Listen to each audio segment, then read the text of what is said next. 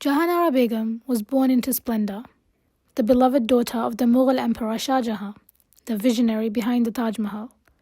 Yet despite the dazzling world around her, her life was marked by immense responsibility from a young age. When her mother Mumtaz Mahal passed away, the empire mourned, but it was Jahanara who was thrust into a new role. Shah Jahan entrusted her with the title of Padishah Begum, effectively making her the first lady of the Mughal Empire. It was a position of dignity and influence, and she carried it with uncommon grace. As Padishah Begum, Jahanara stepped into the heart of governance, something unusual for a woman of her time, even in a court as refined as the Mughals. She advised her father openly, her words carrying weight in matters of state. Her influence became especially clear in the delicate dynamics of her brother's politics. Whenever one of her brothers needed intervention, Jahanara's voice was the one Shah Jahan trusted to mediate.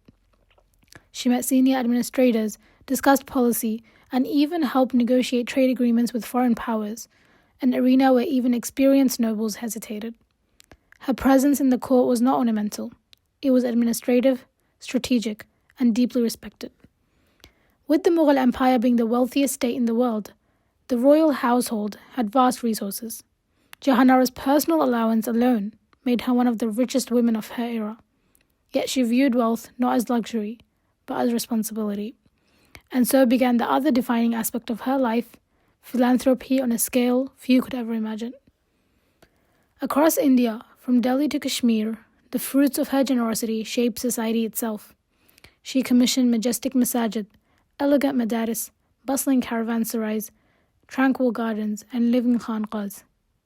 In Ajmer rose the Jami' Mosque she sponsored, and in Srinagar stood the Mullah Shah Mosque, just two among the many structures she endowed.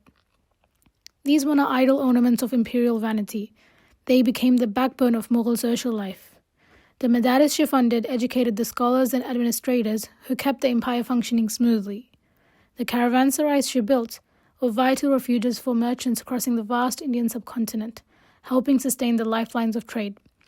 And the Khānaqāhs, always close to her heart, sheltered the poor, the widowed, the traveller, and the orphan, offering warmth and food where there had been none.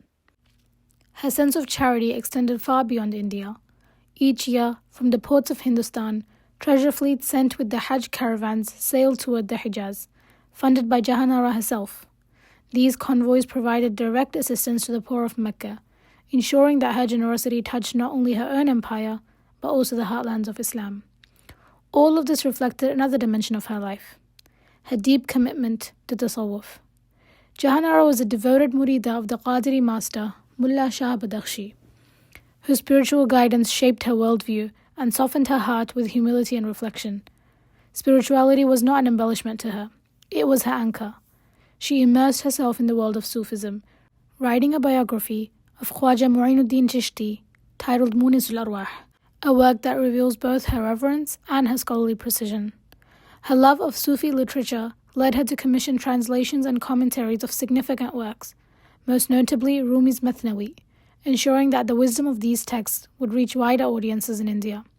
In a court often known for rivalry and grandeur, Jahanara's life stands out as a blend of political acumen, spiritual devotion, and sincere public welfare.